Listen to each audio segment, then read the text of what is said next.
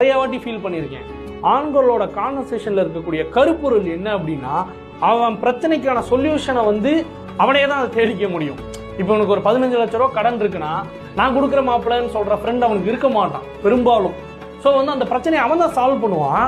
ஆனா இந்த டீ கடை உரையாடல் இருக்குல்ல, இந்த பிசினஸை வச்சு எப்படி இதை சால்வ் பண்ணி இதை பண்ணலாம், இந்த ஒரு insane conversation preserves the sanity of men அப்படின்னு எனக்கு தோணும். இந்த ஏசி மாட்டுறது, டீ கடை போடுறது, பிரியாணி கடை போடுறது, இந்த மாதிரியான விஷயங்கள் எல்லாம் ரொம்ப ஒரு ஜாலியா டீல் பண்ணுவானுங்க. ஆனா சில இடங்கள்ல எல்லாம் பாத்தீங்கன்னா சீரியஸான இஷ்யூஸ் டிஸ்கஸ் பண்ணிருப்பானுங்க. அந்த சமயங்கள்லயுமே அந்த பிரச்சனை அவனோட பிரச்சனை தான், இவனால அதுக்கு சொல்யூஷனே கொடுக்க முடியாது. ஆனா அதை பகிர்ந்துக்கிறதுக்கான காரணம் என்ன அப்படின்னா, அந்த பிரச்சனையை சொல்லி முடிச்ச உடனே இவன் ஒன்னே ஒண்ணுதான் சொல்லுவான், பாத்துக்கலாம். அந்த விடுறா பாத்துக்கலாங்கிறது அது கொடுக்கக்கூடிய இது இருக்கு இல்லையா, அதை நீ எவ்வளவு பெரிய பிரச்சனை வேணாலும் நீ சொல்லியிருக்கலாம். அதுக்கு இவன் சொல்ற பதில், விடுறா மாப்பிள்ள பாத்துக்கலாம், அண்ணே டீக்கு எவ்வளவு ஆச்சு இப்படி சொல்லிட்டு அதை நகர்ந்துருவான். அந்த